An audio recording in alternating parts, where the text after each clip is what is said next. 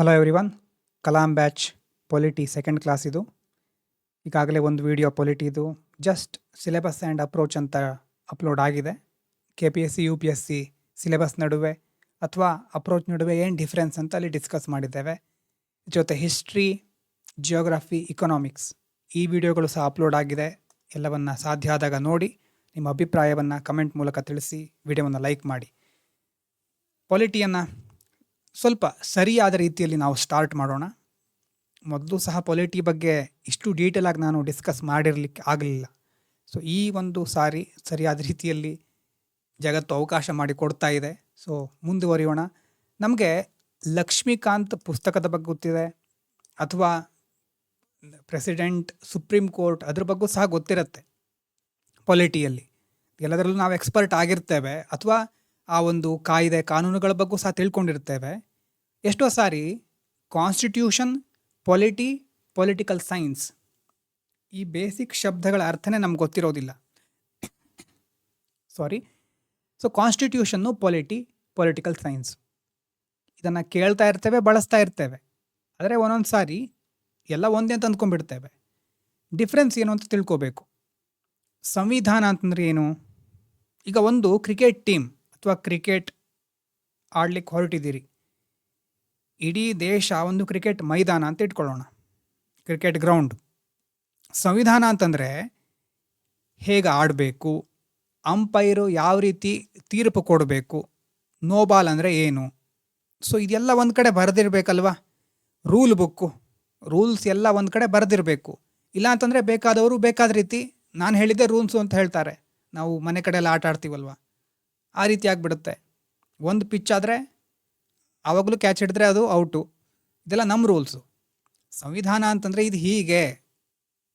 So ಅದೆಲ್ಲ ಬರ್ಕೊಂಡಿರಬೇಕು. ಆ ಒಂದು ಪುಸ್ತಕ, rule book, foundational supreme law of the land ಅಂತ ಕರಿತೇವೆ. ಇದನ್ನು ಬಿಟ್ಟು ಬೇರೆ ಯಾವ ರೂಲ್ಸು, ಇದನ್ನು ಮೀರಿದಂತಹ ರೂಲ್ಸ್ ಯಾವುದೂ ಇರೋದಿಲ್ಲ.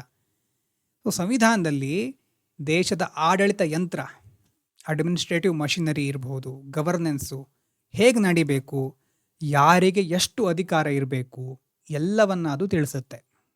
So constitution, rule book. ಅಥವಾ ಪೊಲಿಟಿಕಲ್ ಸಿಸ್ಟಮ್ ಅಂತಂದರೆ ಕಾನ್ಸ್ಟಿಟ್ಯೂಷನ್ ಇದೆ, ಅದೊಂದು ರೂಲ್ ಬುಕ್ ಇದೆ. ರೂಲ್ಸ್ ಇದ್ದ ಮಾತ್ರಕ್ಕೆ ಆಟ ಕಂಪ್ಲೀಟ್ ಆಗೋದಿಲ್ಲ.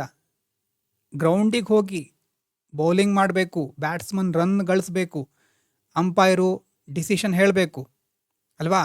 ಅಂದರೆ ಸಂವಿಧಾನದ ನಿಯಮಗಳು ಏನು ರೂಲ್ ಬುಕ್ ಇದೆ, ಆ್ಯಕ್ಚುಲಿ ಹೇಗೆ ಅಪ್ಲೈ ಆಗ್ತಾ ಇದೆ, ಹೇಗೆ ಜಾರಿ ಆಗ್ತಾ ಇದೆ ಅನ್ನೋದನ್ನು ತೋರಿಸೋದು ನಮ್ಮ ಪೊಲಿಟಿಕಲ್ ಸಿಸ್ಟಮ್ ಅಥವಾ ಪೊಲಿಟಿ ಅಂತ ಸಹ ಕೆಲವೊಂದು ಕಡೆ ಹೇಳ್ತಾರೆ. ಕಾನ್ಸ್ಟಿಟ್ಯೂಷನ್ನು ರೂಲ್ಸ್ ಹೇಳಿದರೆ, ಪೊಲಿಟಿಕಲ್ ಸಿಸ್ಟಮ್ ಆ ರೂಲ್ಸನ್ನು ಇಂಪ್ಲಿಮೆಂಟ್ ಮಾಡುತ್ತೆ. ಇನ್ನು ಪೊಲಿಟಿಕಲ್ ಸೈನ್ಸ್ ಅಂತಂದರೆ ಏನು? ಈ ಆಟದ ಇತಿಹಾಸ, ಕ್ರಿಕೆಟ್ ಬಗ್ಗೆ ಹೇಳಿದರೆ ಹೇಗೆ ವಿಕಾಸ ಆಯಿತು, ಮೂಲಭೂತ ಹಕ್ಕು ಏನು ಆಟಗಾರರದ್ದು. ಸೊ ಇಡೀ ವ್ಯವಸ್ಥೆಯನ್ನು ಥಿಯರಿಟಿಕಲ್ಲಾಗಿ ಮತ್ತು ಎಜುಕೇಷನಲ್ ಅಕಾಡೆಮಿಕ್ ಪರ್ಪಸ್ಸಿಂದ ಸ್ಟಡಿ ಮಾಡೋದೇ ರಾಜ್ಯಶಾಸ್ತ್ರ ಅಥವಾ ಪೊಲಿಟಿಕಲ್ ಸೈನ್ಸ್ ಅಂತ ಹೇಳ್ಬೋದು. ಕೆಲವೊಂದು ಸಾರಿ ಪೊಲಿಟಿಗೂ ಶಬ್ದಕ್ಕೂ ರಾಜ್ಯಶಾಸ್ತ್ರ ಅಂತ ಬಳಸ್ತಾರೆ. ಇಂಗ್ಲೀಷ್ನಲ್ಲಿ ಬೇರೆ ಬೇರೆ ಶಬ್ದ, ಅದು ಕನ್ನಡದಲ್ಲಿ ಕೆಲವೊಂದು ಸಾರಿ ಇದಕ್ಕೆ ಬೇರೆ ಶಬ್ದಗಳು ಇರೋದಿಲ್ಲ. ಕೆಲವು ಕಡೆ ಒಂದೇ ಶಬ್ದವನ್ನು ಬಳಸ್ತಾರೆ. ಸಂವಿಧಾನ ಅಂತಂದರೆ ರೂಲ್ ಬುಕ್ಕು, ಪೊಲಿಟಿಕಲ್ ಸಿಸ್ಟಮ್ ಅಂತಂದರೆ ಆ ರೂಲ್ಸ್ ಇಂಪ್ಲಿಮೆಂಟ್ ಮಾಡೋದು, ಪೊಲಿಟಿಕಲ್ ಸೈನ್ಸ್ ಅಂತಂದರೆ ಇದೆಲ್ಲವನ್ನು ಸ್ಟಡಿ ಮಾಡೋದು. Done, okay. ನೆಕ್ಸ್ಟು ಸ್ಟೇಟ್ ಅಥವಾ ರಾಜ್ಯ ಅಂತ ನಾವು ಹೇಳ್ತೇವೆ. ರಾಜ್ಯ ಅಂದರೆ ಕರ್ನಾಟಕ, ತಮಿಳುನಾಡು, ಈ ರಾಜ್ಯ ಅಲ್ಲ. ಈ ಪೊಲಿಟಿಕಲ್ ಥಿಯರಿಯಲ್ಲಿ ಸ್ಟೇಟ್ ಅನ್ನೋದಕ್ಕೆ ಬೇರೆ ಅರ್ಥ ಇದೆ. ಮತ್ತು ಇದು ಬರೀ ರಾಜ್ಯ ಅಂದ ತಕ್ಷಣ, ನಾನು ಮೊದಲು ಹೇಳಿದ್ದೆ, ಸ್ಟೇಟ್ ಅಂದ ತಕ್ಷಣ ಲಿಕ್ವಿಡ್ ಸ್ಟೇಟು, ಆ ಸ್ಟೇಟು ಇದೆ ಅಲ್ವಾ, ಅದೂ ಅಲ್ಲ. ಸೊ ಇಲ್ಲಿ ರಾಜ್ಯ ಅಂತಂದರೆ ಒಂದು ಸಾರ್ವಭೌಮ ರಾಷ್ಟ್ರ ವ್ಯವಸ್ಥೆ. ಇಡೀ ಭಾರತ ದೇಶ, ಐಆರ್ನಲ್ಲೂ ಬರುತ್ತೆ, ಇದು ಇಂಟರ್ನ್ಯಾಷನಲ್ ರಿಲೇಷನ್ನಲ್ಲೂ ಬರುತ್ತೆ. ರಾಜ್ಯ ಅಂತ ಕರಿಬೇಕಾದ್ರೆ, ರಾಜ್ಯ ಅಂತಂದರೆ ಇಲ್ಲಿ ಸ್ಟೇಟ್ ಅಂತ ಕರಿಬೇಕಾದ್ರೆ 4 ಇಂಪಾರ್ಟೆಂಟ್ ಎಲಿಮೆಂಟ್ಸ್ಗಳಿರಬೇಕು. ಒಂದು ಇಲ್ಲ ಅಂತಂದ್ರೂ ರಾಜ್ಯ ಅಂತ ಕರೀಲಿಕ್ಕೆ ಆಗೋದಿಲ್ಲ. ಏನು? Definite territory. ರಾಜ್ಯಕ್ಕೆ ಒಂದು ಭೌಗೋಳಿಕ ಪ್ರದೇಶ ಇರಬೇಕು. ಗಾಳಿಯಲ್ಲಿ ಗೋಪುರ ಕಟ್ಟಲಿಕ್ಕೆ ಆಗೋದಿಲ್ಲ, ದೇಶವನ್ನು ಅಷ್ಟೇ ಅಲ್ವಾ. ಹಾಗಾಗಿ ಜಗತ್ತು ಒಪ್ಕೊಳ್ಳುವಂಥ ಒಂದು ಭೌಗೋಳಿಕ ಗಡಿರೇಖೆ ಇರಬೇಕು. ಅದು ಭೂಪ್ರದೇಶ, ಡೆಫಿನೇಟ್ ಟೆರಿಟರಿ ಇರಬೇಕು. ಆಮೇಲೆ ಒಂದು ಪಾಪ್ಯುಲೇಷನ್ ಇರಬೇಕು. ಜನರೇ ಇಲ್ಲ ಅಂತಂದರೆ ಅದೆಂಥ ರಾಜ್ಯ ಅಲ್ವಾ? ಎಲ್ಲ ಇದೆ. ನಮ್ಮ ಭಾರತದಲ್ಲೂ ಕೆಲವೊಂದು ಸ್ಥಳಗಳಿದೆ, ಅಲ್ಲಿ ಮನೆಗಳಿದೆ, ಆದರೆ ಜನ ಇರೋದಿಲ್ಲ. ಸೊ ಇಂಥ ಜನರೇ ಇಲ್ಲದೆ ಇದ್ದರೆ ರಾಜ್ಯ ಅಂತ ಕರೀಲಿಕ್ಕಾಗೋದಿಲ್ಲ. ಅಂಟಾರ್ಟಿಕಾದಲ್ಲಿ ವಿಸ್ತಾರವಾದ ಭೂಮಿ ಇದೆ, ಆದರೆ ಅಲ್ಲಿ ಕಾಯಂ ಆಗಿ ವಾಸ ಮಾಡುವಂಥ ಜನರ ಗುಂಪು ಇಲ್ಲ. ಹಾಗಾಗಿ ಅದು ಪೊಲಿಟಿಕಲಿ ಸ್ಟೇಟ್ ಅಲ್ಲ. ರಾಜ್ಯಕ್ಕೆ ಅದರದ್ದೇ ಆದಂಥ ಸಿಟಿಸನ್ಸ್ ಇರಬೇಕು, ಪಾಪ್ಯುಲೇಷನ್ ಇರಬೇಕು. ಇದಾದಮೇಲೆ ಗೌರ್ಮೆಂಟ್ ಇರಬೇಕು. ಜನರಿದ್ದರೆ ಸಾಕಾಗೋದಿಲ್ಲ. ಜನರಿಗೆ ಹಾಗೆ ಬಿಟ್ಟರೆ ಏನೇನೋ ಮಾಡಿಬಿಡ್ತಾರೆ, ಗಲಾಟೆ ನಡೆಯುತ್ತೆ ಅಲ್ವಾ?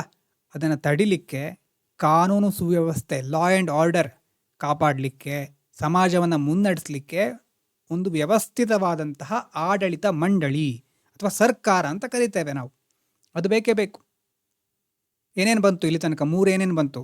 ಗೌರ್ಮೆಂಟ್, ಇದು ಹಿಂದಿಂದು ಪಾಪ್ಯುಲೇಷನ್ನು, ಅದಕ್ಕಿಂತ ಮೊದಲು ಡೆಫಿನೇಟ್ ಟೆರಿಟರಿ, 4ನೇದು ಸಾವರ್ನಿಟಿ. ಎಲ್ಲ ಇದ್ದರೂ ಸ್ವಾತಂತ್ರ್ಯನೇ ಇಲ್ಲ, ಸಾರ್ವಭೌಮತೆನೇ ಇಲ್ಲ ಅಂತಂದರೆ ಅದು ವೇಸ್ಟು ಅಲ್ವಾ? ಪ್ರಮುಖವಾದಂಥ ಪಿಲ್ಲರ್ ಇದು. ಅಂದರೆ ಒಂದು ದೇಶಕ್ಕೆ ತನ್ನ ಆಂತರಿಕ ಮತ್ತು ಬಾಹ್ಯ ನಿರ್ಧಾರ, ಇಂಟರ್ನಲ್ ಮತ್ತು ಎಕ್ಸ್ಟರ್ನಲ್, ಎರಡೂ ರೀತಿಯ ನಿರ್ಧಾರಗಳನ್ನು ಸಂಪೂರ್ಣವಾಗಿ ಸ್ವತಂತ್ರವಾಗಿ ತೆಗೆದುಕೊಳ್ಳಲಿಕ್ಕೆ ಇರಬೇಕಾದಂತಹ ಅತ್ಯುನ್ನತ ಅಧಿಕಾರ. ನಿಮ್ಮ ಮನೆಗೆ ಸಂಬಂಧಪಟ್ಟ ಹಾಗೆ ಮನೆ ಒಳಗಡೆ ಏನು ನಡಿಬೇಕು, ಮತ್ತು ಬೇರೆಯವ್ರ ಮನೆ, ಯಾರ ಮನೆಗೆ ಹೋಗಬೇಕು, ಯಾರ ಮನೆಯವ್ರು ನಿಮ್ಮ ಮನೆಗೆ ಬರಬಹುದು, ಇದೆಲ್ಲ ನೀವೇ ನಿರ್ಧಾರ ಮಾಡ್ತೀರಿ. ಅದೇ ರೀತಿ ನಮ್ಮ ದೇಶದಲ್ಲಿ ಇದು ನಮ್ಮ ಸಾರ್ವಭೌಮ ದೇಶ ಅಂತಂದಮೇಲೆ ನಮ್ಮ ದೇಶದ ಒಳಗಿನ ಆಂತರಿಕ ವ್ಯವಸ್ಥೆಗಳು ಹೇಗೆ ನಡಿಬೇಕು, ಹೊರಗಿನ ದೇಶಗಳು ನಮ್ಮ ಜೊತೆ ಹೇಗಿರಬೇಕು, ಇಂಟರ್ನಲ್ ಆ್ಯಂಡ್ ಎಕ್ಸ್ಟರ್ನಲ್ ಎರಡನ್ನ ಸಹ ನಾವು ಕನ್ಸಿಡರ್ ಮಾಡಿ ಅಲ್ಲಿ ಸಾರ್ವಭೌಮತ್ವ ಇರಬೇಕು ಅಂತ ಹೇಳ್ತೇವೆ.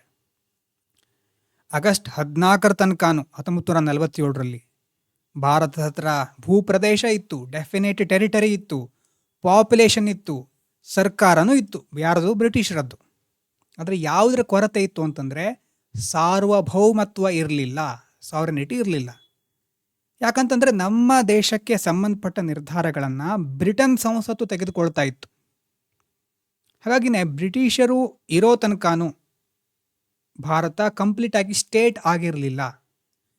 1947 ಆಗಸ್ಟ್ 15 ಒಂದು ದಿನ ನಮಗೆ ಯಾವಾಗ ಸಾರ್ವಭೌಮತ್ವ ಸಿಕ್ಕುತ್ತೋ ಆವಾಗಿಂದ ನಾವು ಜಗತ್ತಿನ ಭೂಪಟದಲ್ಲಿ ರಾಜ್ಯ, ಇಲ್ಲಿ ರಾಜ್ಯ ಅಂತಂದರೆ ನಾವು ಕನ್ನಡದಲ್ಲಿ ಹೇಳಿದ್ರೆ ಅದು ಬೇರೆ ಆಗುತ್ತೆ, ಸ್ಟೇಟ್ ಆ ಶಬ್ದ ನೆನಪಿರಬೇಕು, ಸ್ಟೇಟ್ ಆಗಿ ನಾವು ಕರೆಸ್ಕೊಳ್ತಾ ಇದ್ದೇವೆ.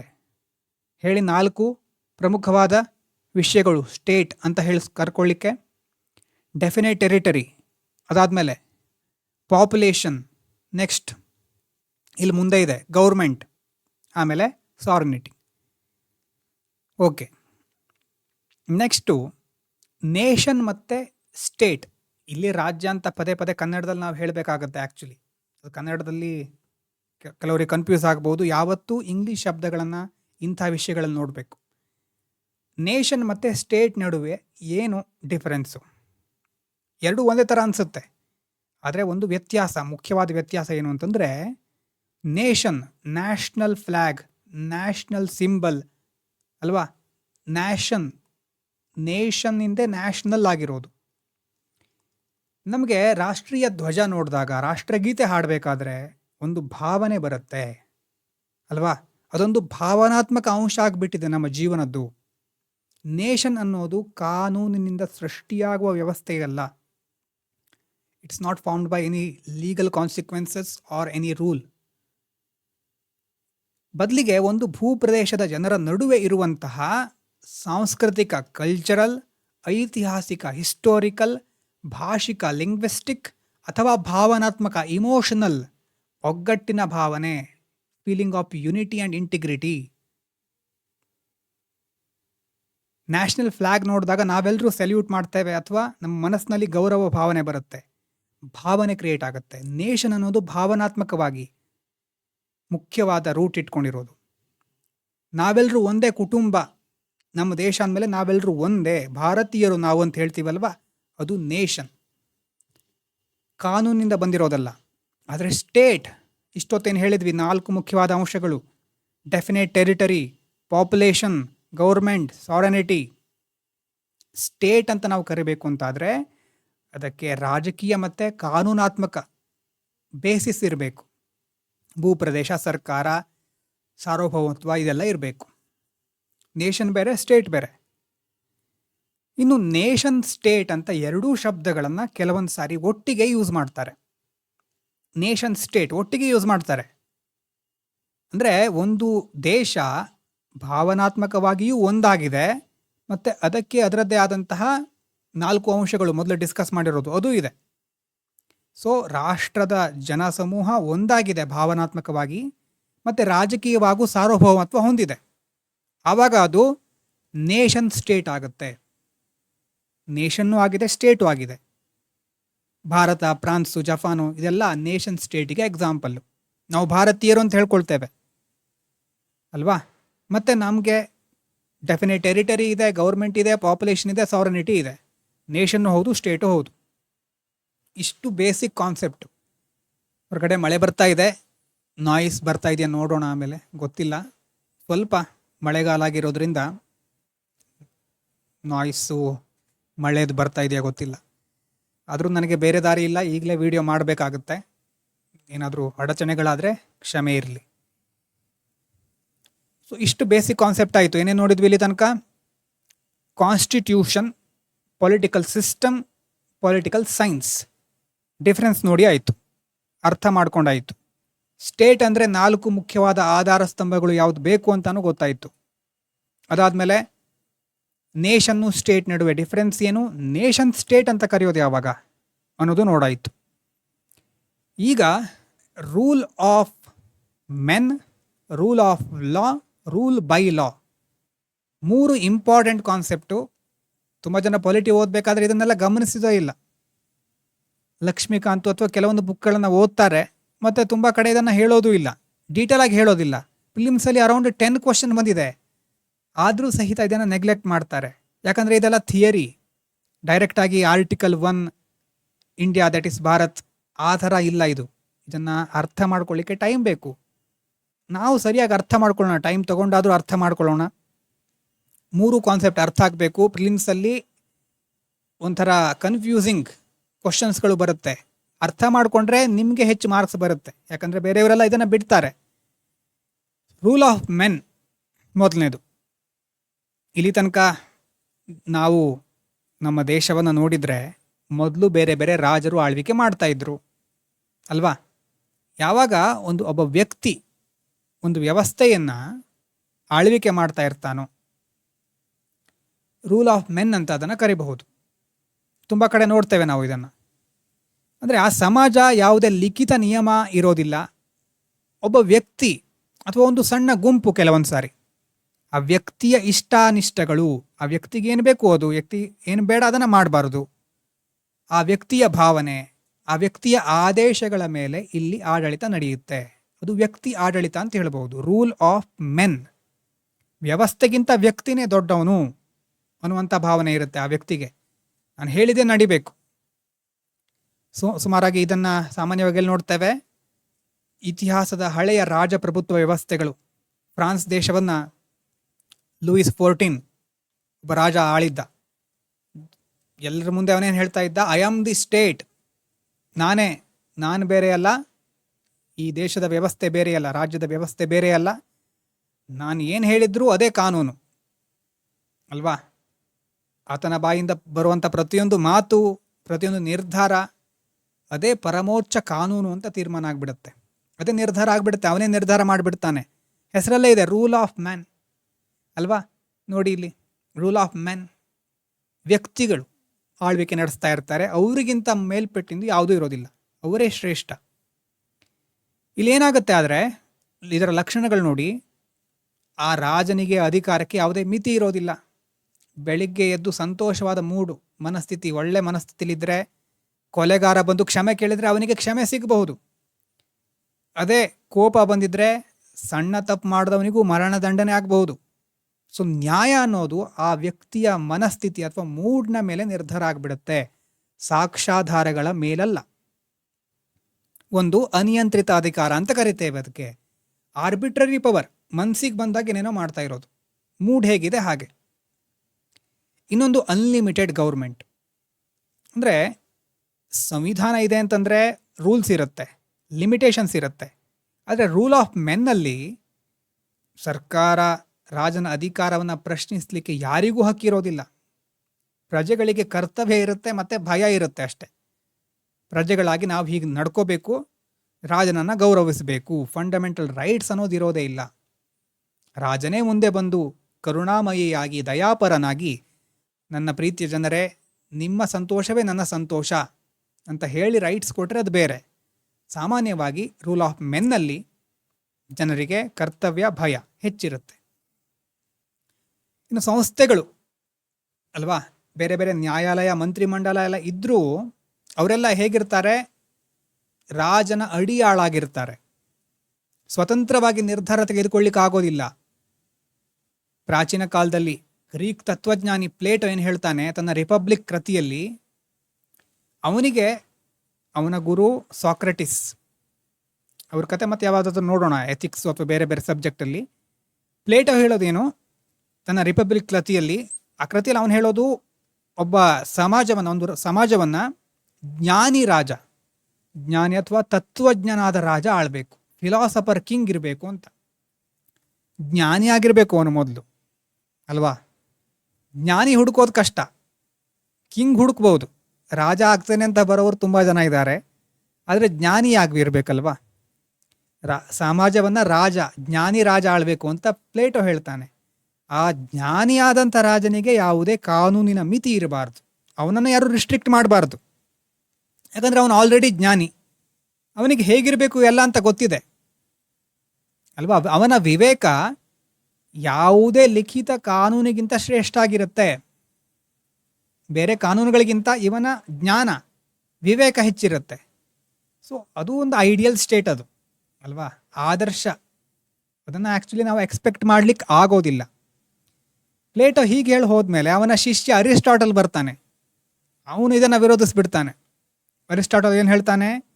ಮನುಷ್ಯ ಎಷ್ಟೇ ಜ್ಞಾನಿಯಾಗಿದ್ರೂ ಆತನಲ್ಲಿ ರಾಗದ್ವೇಷಗಳಿರುತ್ತೆ. ಹಿಂಸೆ ಇರಬಹುದು, ಪ್ರೀತಿ ಇರಬಹುದು, ಕಾಮ ಕ್ರೋಧಗಳಿರಬಹುದು, ಸ್ವಾರ್ಥ ಮತ್ತು ಮೃಗೀಯ ಪ್ರವೃತ್ತಿಗಳು, ಅನಿಮಲಿಸ್ಟಿಕ್ ನೇಚರ್ ಸುಪ್ತವಾಗಿರುತ್ತೆ. ತುಂಬ ಧೀಮಂತ ವ್ಯಕ್ತಿ ಸಹ ಅಧಿಕಾರ ಸಿಕ್ಕಿದಾಗ ಭ್ರಷ್ಟ ಆಗಬಹುದು. ಹಾಗಾಗಿ ಮನುಷ್ಯನ ಆಡಳಿತಕ್ಕಿಂತ ಕಾನೂನಿನ ಆಡಳಿತವೇ ಶ್ರೇಷ್ಠ. ಮನುಷ್ಯನ ನಂಬ್ಕೊಳ್ಳಿಕ್ಕಾಗೋದಿಲ್ಲ. ಮನುಷ್ಯನ ನಂಬ್ಕೊಂಡ್ರೆ ಆಮೇಲೆ ವ್ಯವಸ್ಥೆ ಬಿದ್ದೋಗುತ್ತೆ ಅಂತ ಪ್ಲೇಟೋ ಹೇಳ್ತಾನೆ. ಸಾರಿ ಇಲ್ಲಿ ಅರಿಸ್ಟಾಟಲ್ ಹೇಳ್ತಾನೆ, ಪ್ಲೇಟೋ ಸುಳ್ಳು ಹೇಳ್ತಾನೆ ಅಂತ ಇವೊಂದು. ಅಥವಾ ಆ ರಾಜ, ಜ್ಞಾನಿಯಾಗಿದ್ದಂಥ ರಾಜ, ಅದಿರೋದೇ ಸುಳ್ಳು.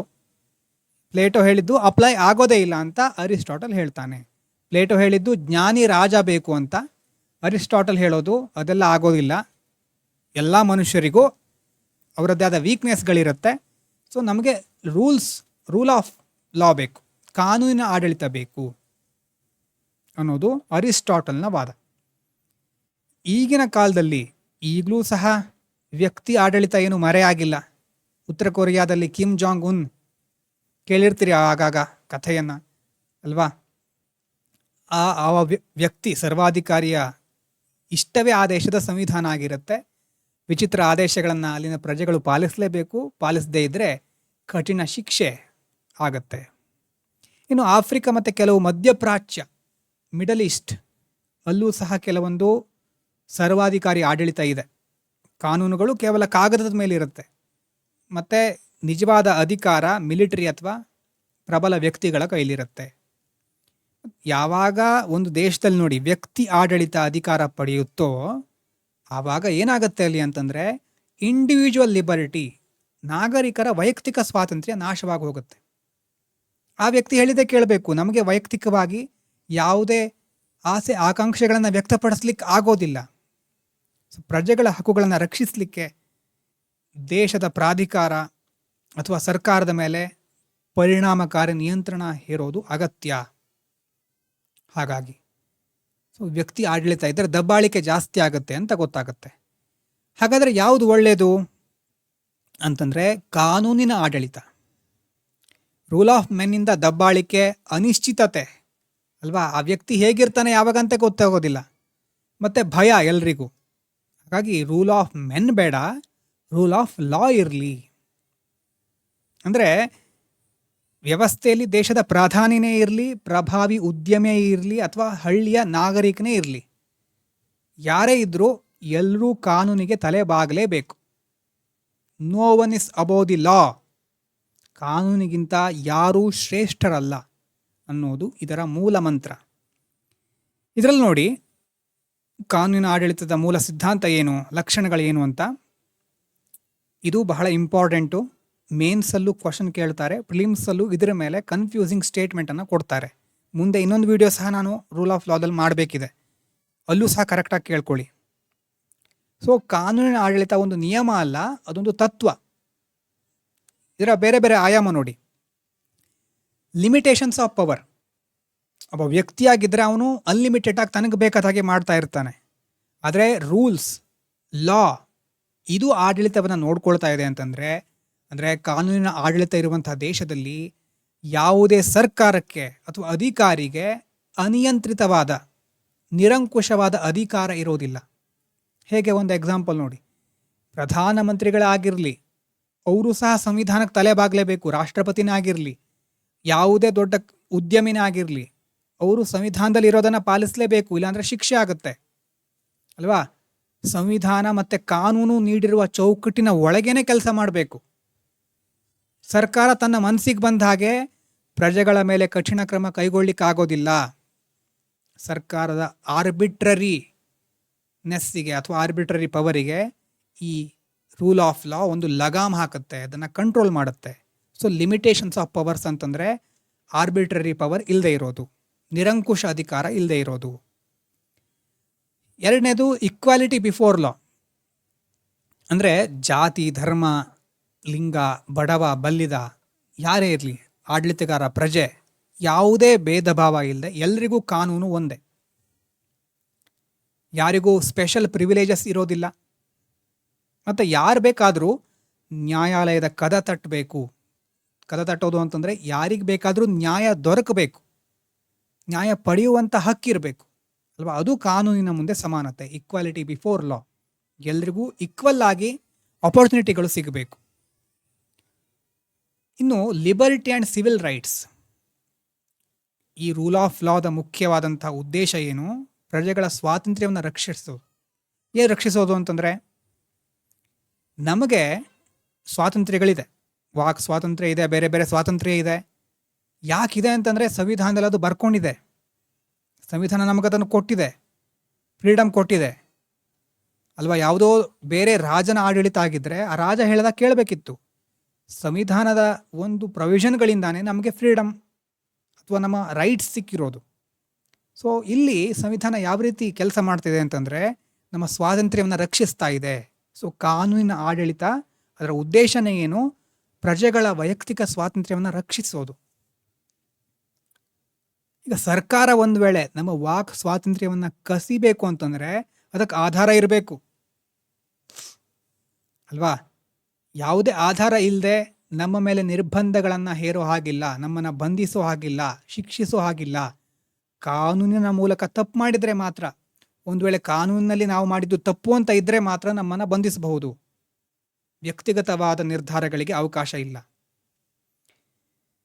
ಹಾಗಾಗಿ ಜನರಲ್ಲಿ ಕೆಲವು ಸಾರಿ ಏನಂದ್ಕೊಳ್ತಾರೆ, ಕಾನೂನು ಜಾಸ್ತಿ ಆದ ಹಾಗೆ ಮನುಷ್ಯನ ಸ್ವಾತಂತ್ರ್ಯ ಕಡಿಮೆ ಆಗುತ್ತೆ ಅಂತ ಹೇಳ್ತಾರೆ. ಆದರೆ ಆ್ಯಕ್ಚುಲಿ ನೋಡಿ, ಜಾನ್ ಲಾಕ್ ಒಳ್ಳೆ ಮಾತು ಹೇಳ್ತಾರೆ, ಎಲ್ಲಿ ಕಾನೂನೇ ಇರೋದಿಲ್ವೋ ಅಲ್ಲಿ ಸ್ವಾತಂತ್ರ್ಯನೂ ಇರೋದಿಲ್ಲ. ಇದು ಎಸ್ಸೆ, ಎಥಿಕ್ಸು ಎಲ್ಲ ಕಡೆ ನೀವು ಹೇಗೆ ಯೂಸ್ ಮಾಡ್ಕೊಳ್ತೀರಿ ನಿಮಗೆ ಬಿಟ್ಟಿದ್ದು. Where there is no law there is no liberty. ಉದಾಹರಣೆ ನೋಡಿ, ರಸ್ತೆಯಲ್ಲಿ ಟ್ರಾಫಿಕ್ ರೂಲ್ಸ್ ಇದೆ, ಆ ರೂಲ್ಸ್ ಇರೋದ್ರಿಂದಾನೇ ಎಲ್ಲ ಫಾಲೋ ಮಾಡ್ತಾ ಇದ್ದಾರೆ. ಒಂದು ವೇಳೆ ಯಾವುದೇ ಟ್ರಾಫಿಕ್ ರೂಲ್ಸ್ ಇಲ್ಲ ಅಂತಂದರೆ ಶ್ರೀಮಂತ ಆಗಿರೋನು ಮುಂದೆ ಹೋಗ್ತಾ ಇರ್ತಾನೆ, ದೊಡ್ಡ ಗಾಡಿ ಇಟ್ಕೊಂಡಿರೋನು ಅಲ್ವಾ, ಅವನಿಗೆ ಬೇಕಾದ ಹಾಗೆ ಬೇಕಾದನ್ನು ಮಾಡ್ತಾ ಇರ್ತಾನೆ. ದುರ್ಬಲ ವರ್ಗದವನು ಸಂಕಷ್ಟಕ್ಕೆ ಸಿಲುಕ್ತಾನೆ. ಯಾವುದೇ ಶ್ರೀಮಂತ ಆದರೂ ಟ್ರಾಫಿಕ್ ರೂಲ್ಸ್ ಫಾಲೋ ಮಾಡಬೇಕಲ್ವಾ. ಸೊ ಇಲ್ಲಿ ರೂಲ್ಸ್ ಇರೋದ್ರಿಂದಾನೇ, ಲಾ ಇರೋದ್ರಿಂದಾನೇ ಲಿಬರ್ಟಿ ಇದೆ. ಸೊ ಕಾನೂನುಗಳು ನಾಗರಿಕರ ಸ್ವಾತಂತ್ರ್ಯವನ್ನು ಕಸಿಯೋದಿಲ್ಲ, ಬದಲಿಗೆ ಪ್ರಬಲರು ಇರ್ತಾರಲ್ವ ಅವರ ದೌರ್ಜನ್ಯದಿಂದ ದುರ್ಬಲರ ಸ್ವಾತಂತ್ರ್ಯವನ್ನು ರಕ್ಷಿಸ್ತವೆ. ದುರ್ಬಲರಿಗೆ ರಕ್ಷಣೆ ಬೇಕು ಅಂತಂದರೆ ಸರಿಯಾದ ಕಾನೂನುಗಳಿರಬೇಕು. ಕಾನೂನುಗಳು ಯಾವತ್ತೂ ಸ್ವಾತಂತ್ರ್ಯವನ್ನು ಕಸಿದುಕೊಳ್ಳೋದಿಲ್ಲ. ಸೊ ಕಾನೂನಿನ ಆಡಳಿತ ಅದಕ್ಕೆ ಬೇಕು. ಇದೆಲ್ಲ ಮುಂದೆ ಮೇನ್ಸ್ ಕ್ವಶನ್ ಬರುತ್ತೆ ಮುಂದೆ, ಆವಾಗ ಬರೀತೀರಾ ನೋಡಿ. ಇದಾದಮೇಲೆ ಲಿಮಿಟೆಡ್ ಗೌರ್ಮೆಂಟ್, ಸೀಮಿತವಾದಂತಹ ಅಥವಾ ನಿಯಂತ್ರಿತ ಸರ್ಕಾರ ಅಂತಲೂ ಹೇಳ್ಬೋದು. ಈಗ ಕಾನೂನಿನ ಆಡಳಿತ ಅಂತಂದರೆ ಸಂವಿಧಾನ, ಯಾವುದಾದ್ರೊಂದು ರೂಲ್ ಬುಕ್ ಇರೋದು, ಕಾನ್ಸ್ಟಿಟ್ಯೂಷನಲ್ ಗೌರ್ಮೆಂಟ್ ಅಂತ ಸಹ ನಾವು ಅದನ್ನು ಎಕ್ಸ್ಪ್ಯಾಂಡ್ ಮಾಡಬಹುದು. ಸಂವಿಧಾನ ಇದೆ ಅಂತಂದರೆ ಅದರ ಮುಖ್ಯ ಉದ್ದೇಶ ಕೇವಲ ಗೌರ್ಮೆಂಟ್, ಸರ್ಕಾರ ರಚಿಸೋದು ಮಾತ್ರ ಅಲ್ಲ. ಸರ್ಕಾರಕ್ಕೆ ಎಷ್ಟು ಅವಧಿ ಇರಬೇಕು, ಏನೇನು ಲಿಮಿಟೇಷನ್ಸ್ ಇರಬೇಕು ಅಲ್ವಾ, define and limits power of government. ಗೌರ್ಮೆಂಟಿಗೆ ಪವರ್ ಹೇಗಿರಬೇಕು, ಎಷ್ಟು ದಿನಗಳ ಕಾಲ ಇರಬೇಕು, ಅದು ಎಲ್ಲವನ್ನ ಆ ಸಂವಿಧಾನ ತೀರ್ಮಾನ ಮಾಡುತ್ತೆ. ಮತ್ತು ನೋಡಿ, ಇಲ್ಲಿ ಸರ್ಕಾರ ತನ್ನ ರಾಜ್ಯದ ಅಧಿಕಾರ, ಸ್ಟೇಟ್ ಅಥಾರಿಟಿ ಬಳಸ್ಕೊಂಡು ಒಬ್ಬ ನಾಗರಿಕರ ವೈಯಕ್ತಿಕ ಸ್ವಾತಂತ್ರ್ಯದ ಮೇಲೆ ನಿರ್ಬಂಧವನ್ನು ಹೇರ್ಲಿಕ್ಕೋಸ್ಕರ ಸಂವಿಧಾನ ಇರೋದಲ್ಲ ಅಲ್ವಾ. ಸಂವಿಧಾನನೇನು ಹೇಳುತ್ತೆ, ಸರ್ಕಾರ ಸರಿಯಾದ ರೀತಿಯಲ್ಲಿ ಕೆಲಸ ಮಾಡಬೇಕು, ಸ್ಟೇಟ್ ಶಲ್ ನಾಟ್ ಡಿಸ್ಕ್ರಿಮಿನೇಟ್ ಅಂತ ಹೇಳುತ್ತೆ ಫಂಡಮೆಂಟಲ್ ರೈಟ್ಸಲ್ಲಿ. ಸೊ ಸರ್ಕಾರ ತನ್ನ ಅಧಿಕಾರವನ್ನು ದುರುಪಯೋಗಿಸ್ಪಡ್ಕೊಂಡು ಅಥವಾ ಅದನ್ನು ಮಿಸ್ಯೂಸ್ ಮಾಡಿಕೊಂಡು ವೈಯಕ್ತಿಕ ಸ್ವಾತಂತ್ರ್ಯವನ್ನು ಕಸಿಬಾರದು. ಆ ರೀತಿ ಸರ್ಕಾರದ ಮೇಲೆ ಸಹ ಸಂವಿಧಾನ ನಿರ್ಬಂಧಗಳನ್ನು ಹೇರುತ್ತೆ. ಸೊ ಇದಕ್ಕೆ ನಾವು ಲಿಮಿಟೆಡ್ ಗೌರ್ಮೆಂಟ್, ಸೀಮಿತ ಸರ್ಕಾರ ಅಥವಾ ನಿಯಂತ್ರಿತ ಸರ್ಕಾರ ಈ ರೀತಿ ಸಹ ಹೇಳ್ಬೋದು. ಅಂದರೆ ದೇಶದಲ್ಲಿ ಸಂವಿಧಾನನೇ ಪರಮೋಚ್ಚ ಕಾನೂನು, ಅದರ ಅಡಿಯಲ್ಲಿ ನಡೆಯೋದೇ ನೈಜ ಕಾನೂನಿನ ಆಡಳಿತ. ರೂಲ್ ಆಫ್ ಮೆನ್ ನೋಡಿದ್ರಿ, ರೂಲ್ ಆಫ್ ಲಾ ನೋಡಾಯಿತು. ಇನ್ನೊಂದು rule by law. Rule of law, rule by ಲಾ ಎರಡೂ ಒಂದೇ ಅಂತ ಅಂದ್ಕೊಂಡ್ಬಿಡ್ತಾರೆ. ಅಲ್ಲ, ಎರಡೂ ಬೇರೆ ಬೇರೆ, ಆಕಾಶ ಭೂಮಿಯಷ್ಟು ವ್ಯತ್ಯಾಸ ಇದೆ. ರೂಲ್ ಆಫ್ ಲಾದಲ್ಲಿ ಕಾನೂನೇ ಶ್ರೇಷ್ಠ ಅಲ್ವಾ, ಕಾನೂನೇ ಶ್ರೇಷ್ಠ. ಆದರೆ ರೂಲ್ ಬೈ ಲಾದಲ್ಲಿ ಆಡಳಿತಗಾರ ಅವನು ಕಾನೂನಿಗಿಂತ ಶ್ರೇಷ್ಠ ಆಗಿರ್ತಾನೆ. ಅವನು ಕಾನೂನನ್ನು ಒಂದು ಅಸ್ತ್ರವನ್ನಾಗಿ ಬಳಸ್ಕೊಳ್ತಾ ಇರ್ತಾನೆ. ಆಡಳಿತಗಾರ ಯಾರಿರ್ತಾರೋ, ಅಥಾರಿಟಿ, ಅವನು ಕಾನೂನನ್ನು ಒಂದು ಅಸ್ತ್ರವಾಗಿ ಬಳಸ್ಕೊಂಡು ಜನರನ್ನು ನಿಯಂತ್ರಿಸ್ತಾ ಇರ್ತಾನೆ. ಕಾನೂನಿನ ಪ್ರಕಾರನೇ ಆಡಳಿತ ನಡೀತಾ ಇರುತ್ತೆ. ಆದರೆ ಆ ಕಾನೂನು ಜನಪರವಾಗಿರೋದಿಲ್ಲ, ಆಳುವವರ ಅಧಿಕಾರಿ ವರ್ಗಗಳ ಪರವಾಗಿರುತ್ತೆ, ಅವರನ್ನು ರಕ್ಷಿಸ್ತಾ ಇರುತ್ತೆ. ಇದರ ಲಕ್ಷಣ ನೋಡಿದರೆ ಗೊತ್ತಾಗಬಹುದು ನೋಡಿ. ಲ್ಯಾಕ್ ಆಫ್ ಜಸ್ಟ್ನೆಸ್ ಇನ್ ಲಾ. ಕಾನೂನು ರಚಿಸಬೇಕಾದ್ರೆ ನೈಸರ್ಗಿಕ ನ್ಯಾಯದ ತತ್ವ, ಇದನ್ನು ಮುಂದೆ ಡಿಸ್ಕಸ್ ಮಾಡೋಣ, ಇದು ಸಹ important. Principle of natural justice ಅಥವಾ ಮಾನವೀಯತೆಯನ್ನು ಅವರು ಪರಿಗಣಿಸೋದಿಲ್ಲ.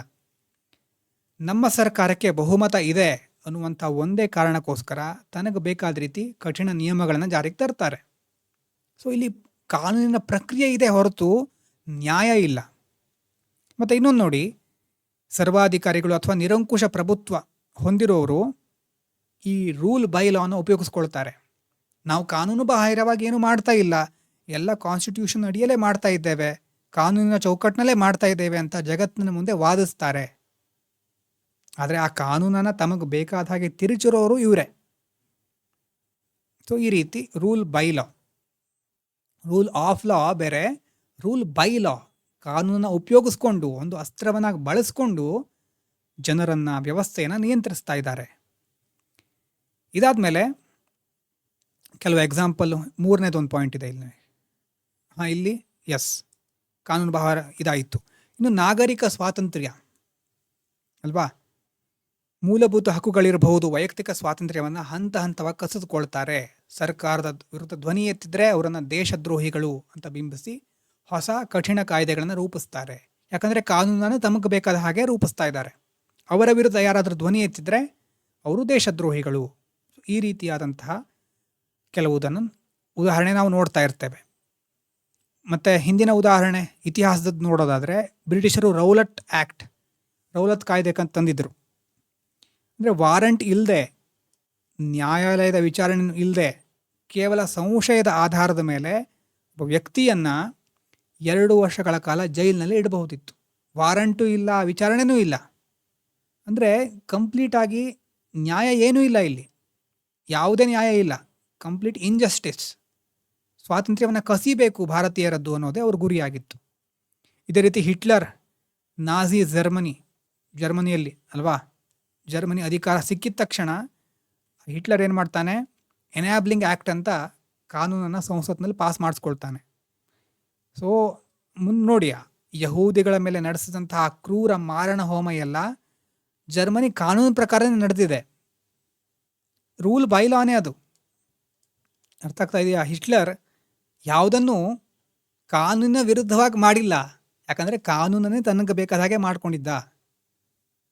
ಅದು ಕಾನೂನಿನ ಆಡಳಿತ ಅಲ್ಲ, ಕಾನೂನಿನ ಹೆಸರಲ್ಲಿ ನಡೆದಂತಹ ಅಮಾನವೀಯ ಆಡಳಿತ, rule by law. Rule of men, rule of law, rule by law. ಅರ್ಥ ಆಗಿದೆ ಅಲ್ವಾ? PDF ಇನ್ನೊಂದು ಸಾರಿ ಓದಿ, ಆಮೇಲೆ ಟೆಲಿಗ್ರಾಮ್ನಲ್ಲಿ ಅಪ್ಲೋಡ್ ಮಾಡಿರ್ತೇನೆ. ಸೊ ರೂಲ್ ಆಫ್ ಲಾದಲ್ಲಿ ಕಾನೂನೇ ಸರ್ವೋಚ್ಚವಾಗಿರುತ್ತೆ. ರೂಲ್ ಬೈ ಲಾ ಅಲ್ಲಿ ಆಡಳಿತಗಾರ, ಕಾನೂನನ್ನು ಆಳುವವನು ಸೃಷ್ಟಿ ಮಾಡ್ತಾನೆ. ರೂಲ್ ಆಫ್ ಲಾದಲ್ಲಿ ಎಲ್ಲ ಹಕ್ಕುಗಳಿಗೆ, ಸ್ವಾತಂತ್ರ್ಯಕ್ಕೆ ರಕ್ಷಣೆ ಸಿಗುತ್ತೆ, ಕಾನೂನುಗಳು ನ್ಯಾಯಸಮ್ಮತವಾಗಿರುತ್ತೆ, ತರ್ಕಬದ್ಧವಾಗಿರುತ್ತೆ, ಮಾನವೀಯವಾಗಿರುತ್ತೆ, ಗೌರ್ಮೆಂಟಿಗೆ ಲಿಮಿಟೇಷನ್ ಇರುತ್ತೆ. ಆದರೆ ರೂಲ್ ಬೈ ಲಾದಲ್ಲಿ ಅಧಿಕಾರವನ್ನು ಉಳಿಸ್ಕೊಳ್ಳೋದು, ಜನರನ್ನ ನಿಯಂತ್ರಣ ಮಾಡೋದು, ಇದ್ರ ಮೇಲೆ ಫೋಕಸ್ ಮಾಡ್ತಾ ಇರ್ತಾರೆ. ಕಾನೂನುಗಳು ಕಠಿಣವಾಗಿರುತ್ತೆ, ಏಕಪಕ್ಷೀಯವಾಗಿರುತ್ತೆ, ನಿರಂಕುಶವಾಗಿರುತ್ತೆ, ಮತ್ತು ಆರ್ಬಿಟ್ರರಿ ಗೌರ್ಮೆಂಟ್ ಅಲ್ವಾ, ನಿರಂಕುಶ ಸರ್ಕಾರ. ಅಂದರೆ ರೂಲ್ ಆಫ್ ಲಾ ಪ್ರಜಾಪ್ರಭುತ್ವಕ್ಕೆ ಬೇಕು, ಸರ್ವಾಧಿಕಾರಿಗಳು ಯೂಸ್ ಮಾಡ್ಕೊಳ್ಳೋದು ರೂಲ್ ಬೈ ಲಾ. ಒಂದು ವೇಳೆ ರೂಲ್ ಬೈ ಲಾ ಇದೆ ಅಂತಂದರೆ ಅದು ಸರ್ವಾಧಿಕಾರಿ ಆಡಳಿತ. ಸೊ ರೂಲ್ ಆಫ್ ಲಾದಿಂದ ರೂಲ್ ಬೈ ಲಾ ಕಡೆ ಎಷ್ಟೋ ಪ್ರಜಾಪ್ರಭುತ್ವ ದೇಶಗಳು ನಿಧಾನವಾಗಿ ಜಾರ್ತಾ ಇವೆ ಅನ್ನುವಂಥ ಕೆಲವೊಂದು ಸುದ್ದಿಗಳಿರುತ್ತೆ. ಅದನ್ನು ನಾವು ಜಾಗೃತಿಯಿಂದ ನೋಡ್ತಾ ಇರಬೇಕು. ಅರ್ಥ ಆಯ್ತಾ ಇಷ್ಟೊತ್ತು ಏನೇನೋ ನಾನು ಹೇಳಿದೆ? ಮೊದಲು ನೋಡಿದ್ದು constitution, political system, political science. ಆಮೇಲೆ ಸ್ಟೇಟ್ ಅಂತಂದರೆ ಯಾವ 4 ವಿಷಯಗಳು ಇರಬೇಕು. ಅದಾದಮೇಲೆ ಸ್ಟೇಟ್, ನೇಷನ್ ಅಂತಂದರೆ ಡಿಫ್ರೆನ್ಸ್ ಏನು, ರೂಲ್ ಆಫ್ ಮೆನ್ ಅಂತಂದರೆ ಏನು, ರೂಲ್ ಆಫ್ ಲಾ ಅಂತಂದರೆ ಏನು, ಅರಿಸ್ಟಾಟಲ್, ಪ್ಲೇಟೋ ಏನು ಹೇಳಿದ್ದಾರೆ, ರೂಲ್ ಆಫ್ ಲಾ. ಅದಾದಮೇಲೆ ಜಾನ್ ಲಾಕ್ ಏನು ಹೇಳ್ತಾರೆ, ಇಂಪಾರ್ಟೆಂಟು. ಮತ್ತು ರೂಲ್ ಬೈ ಲಾ ಅಂತಂದರೆ ಏನು, ಡಿಫ್ರೆನ್ಸ್ ಏನು, ಇದಿಷ್ಟು ಇಂಪಾರ್ಟೆಂಟು. ಸರಿಯಾಗಿ ಓದ್ಕೊಳ್ಳಿ. ಅರ್ಥ ಆಗಿರ್ಬೋದು ಅಂದ್ಕೊಳ್ತೇನೆ. ವಿಡಿಯೋ ಲೈಕ್ ಮಾಡಿ, ನಿಮಗೆ ಏನು ಅನಿಸಿದ್ರು ಕಮೆಂಟ್ ಮಾಡಿ. Thank you so much. ಮತ್ತು ಇದಕ್ಕೂ ಸಹ P2 ನೋಡಿ ಆದಮೇಲೆ P2 ಡನ್ ಅಂತ ಕಮೆಂಟ್ ಮಾಡಿ, ಅಕೌಂಟೆಬಿಲಿಟಿ ಇರಲಿ. Thank you so much.